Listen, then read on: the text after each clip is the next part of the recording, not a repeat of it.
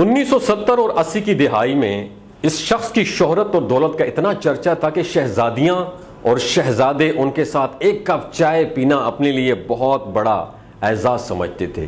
وہ کینیا میں موجود اپنے وسیع و عریض فارم ہاؤس میں چھٹیاں گزار رہے تھے۔ ان کی کم سن بیٹی نے آئس کریم اور چاکلیٹ کی خواہش کی۔ انہوں نے اپنا ایک جہاز، بوئنگ جہاز 747 بما عملہ پیرس بھجوایا، جہاں سے آئس کریم خریدنے کے بعد جنیوا سے چاکلیٹ لے کر اسی دن جہاز واپس کینیا پہنچا۔ بیٹی کی یہ خواہش پوری کرنے پر $1 ملین کا خرچہ آیا۔ London, Paris, new York, Sydney سمیت دنیا کے 12 مہنگے ترین شہروں میں اس کے لگژری محلات تھے۔ انہیں عربی نسل کے گھوڑوں کا شوق تھا۔ دنیا کے کئی ممالک میں ان کے خاص اسطبل تھے۔ اس تاجر کی دی ہوئی طلاق آج تک دنیا کی مہنگی ترین طلاق سمجھی جاتی ہے۔ جب اس نے $875 ملین اپنی امریکی بیوی کے منہ پر مارے اور اسے طلاق دے دی۔ اس کی ملکیت میں جو کشتی تھی وہ اپنے دور کی سب سے بڑی کشتی تھی، جو اس وقت بادشاہوں کو بھی نصیب نہ تھی۔ اس کشتی میں 4 ہیلی کاپٹر ہر وقت تیار رہتے، جو کہ 610 افراد پر مشتمل خدام اور عملہ بھی تھا اس کے پاس۔ وہ کشتی بعد میں اس سے برونائی کے سلطان نے خریدی، ان سے ہوتے ہوئے ڈونلڈ ٹرمپ تک پہنچی۔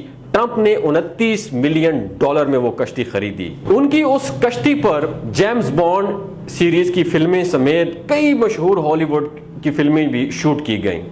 اپنی 50ویں سالگرہ پر اس تاجر نے اسپین کے ساحل پر دنیا کی مہنگی ترین پارٹی دی، جس میں دنیا کی 400 معروف شخصیات نے 5 دن تک خوب مستی کی۔ امریکی صدر رچرڈ نکسن کی بیٹی کی فقط ایک مسکراہٹ پر 60,000 پاؤنڈ مالیت کا سونے کا ہار قربان کر دیا گیا۔ اسلحے کا بہت بڑا ڈیلر تھا۔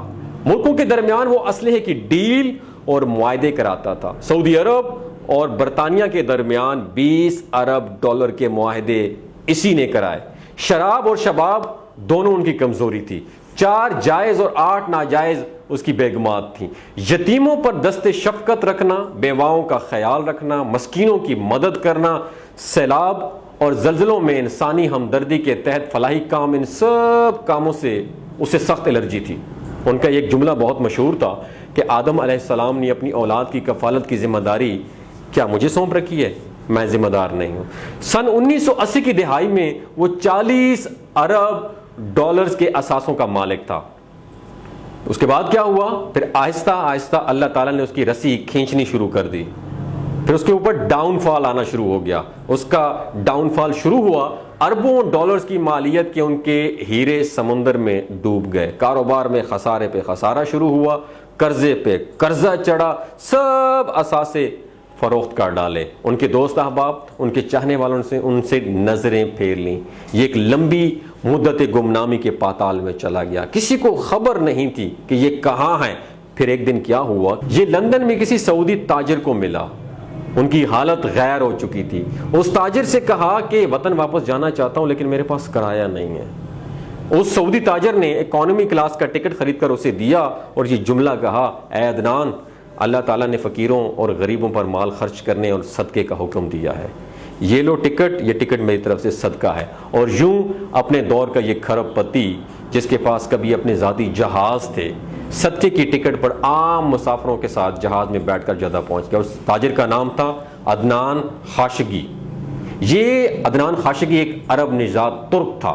اس کی پیدائش مکہ مکرمہ میں ہوئی تھی۔ ان کا والد شاید طبیب تھا اور یہ شخص ترکی میں قتل ہونے والے صحافی جمال خاشقی کا چچا تھا۔ 2017 میں اس کا انتقال ہوا۔ حضرت علی کرم اللہ وجہہ کا فرمان ہے کہ لوگ مال میں اضافہ محنت میں ڈھونڈتے ہیں، جبکہ اللہ تعالیٰ نے مال میں اضافہ سخاوت میں رکھا ہے، کہ جو دیا گیا اللہ تعالیٰ نے آپ کو مال ہے جو تمہارے پاس ہے، اس میں معاشرے کے کمزور لوگوں کا حصہ ضرور موجود ہے۔ یہ سب تمہارا نہیں ہے۔